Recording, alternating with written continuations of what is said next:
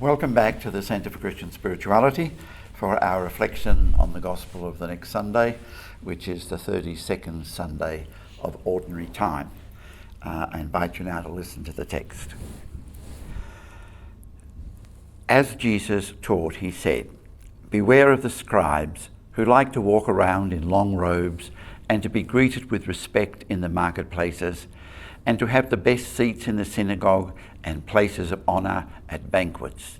They devour widows' houses and for the sake of appearance say long prayers. They will receive the greater condemnation." Jesus sat down opposite the treasury and watched the crowd putting money into the treasury. Many rich people put in large sums. A poor widow came and put in 2 small copper coins, which are worth a penny. Then he called his disciples and said to them, "Truly I tell you, this poor widow has put in more than all those who are contributing to the treasury.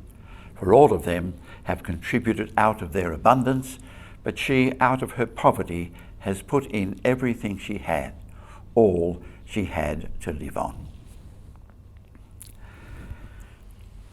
What we have here is a contrast really between 2 religious people, the scribes and the widow. Just to describe each one of them, the scribes were really like the doctors of the law. They handled interpretations of the law, and they also handled documents that today might be handled by solicitors, as it were. And they were really a respected group. Now, clearly the ones that are being described here are not a respected group.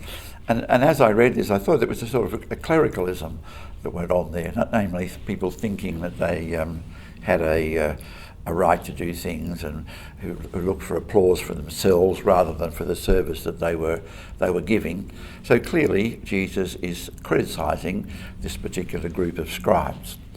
On the other hand, you have the widow, and right throughout the history of Israel, if you wanted to look into a social problem, it was the widows. The widows, the orphans and the strangers, to give it its full designation. The widows didn't have any rights once their husband had died, so they depended on their children or just on charity to live. So you've got a person there, the widow, who really doesn't have a lot, and as it suggests, she is putting in what she has. So what we have here are 2 religious persons, and she is the one that is obvious, the one that is the better. I think she calls to my mind, the apostles who left everything in order to follow Jesus. And here is this woman, to meet her religious obligation as she sees them, is giving what she has to the temple. Some commentators would criticise the situation there, saying that this is really an attack on religion that exploits poor people and takes their money from them. And there seems to be some currency to that, but I think the main point that's being made is that she is really giving what she has, and it's the totality of her gift that I think is the important thing.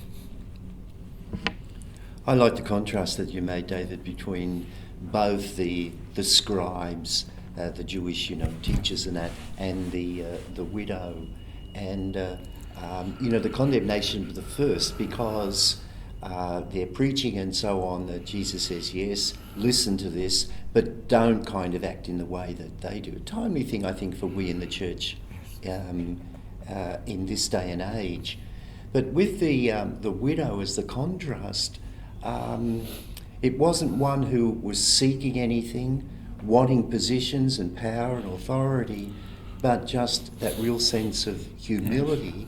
So the ability of Jesus to use ordinary things and ordinary people then to be able to teach. And I think that's kind of where Jesus invites us into the story too, in the ordinariness of who we are and the mundane situations in which we find ourselves, that there might be a real message of the presence of God here. Right, yeah.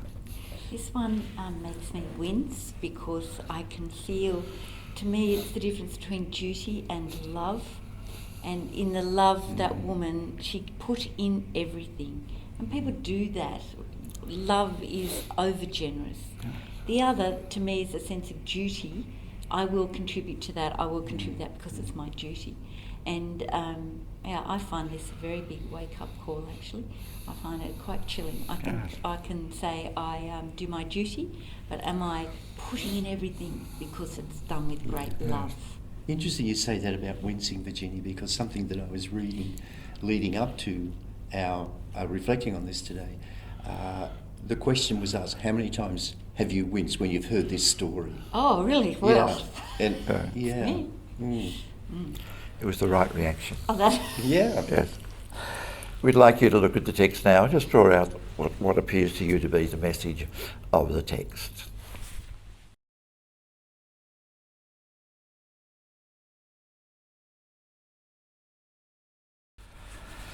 Welcome back. We'd like to suggest that you listen to the text again.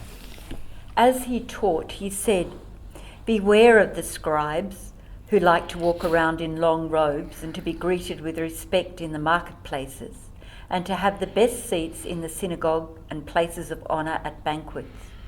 They devour widows' houses, and for the sake of the appearance say long prayers. They will receive the greater condemnation." He sat down opposite the treasury and watched the crowd, putting money into the treasury. Many rich people put in large sums. A poor widow came and put in 2 small copper coins, which are worth a penny. Then he called his disciples and said to them, "Truly I tell you, this poor widow has put in more than all those who are contributing to the treasury.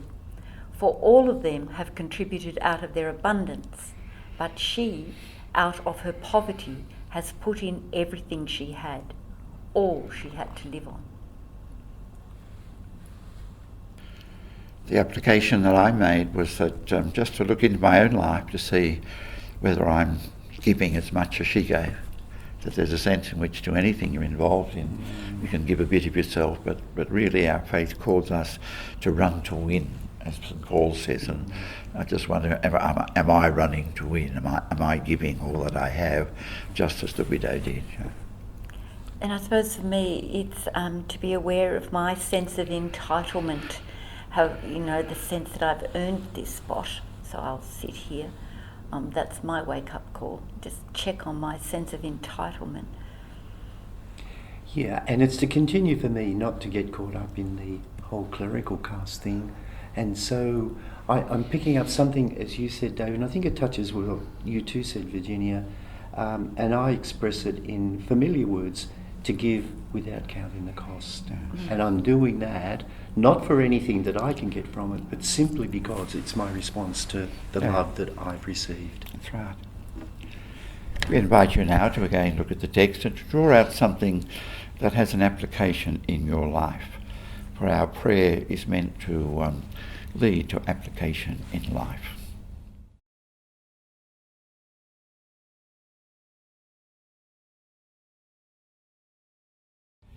We would like to invite you now just to spend a moment in prayer to ask the Lord for the strength and the courage that you need to make the application that you have chosen.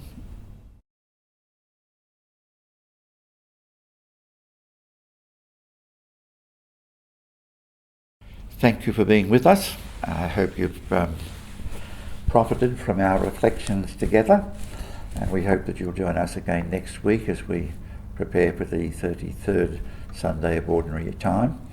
But we conclude now with the with the prayer from the 32nd Sunday.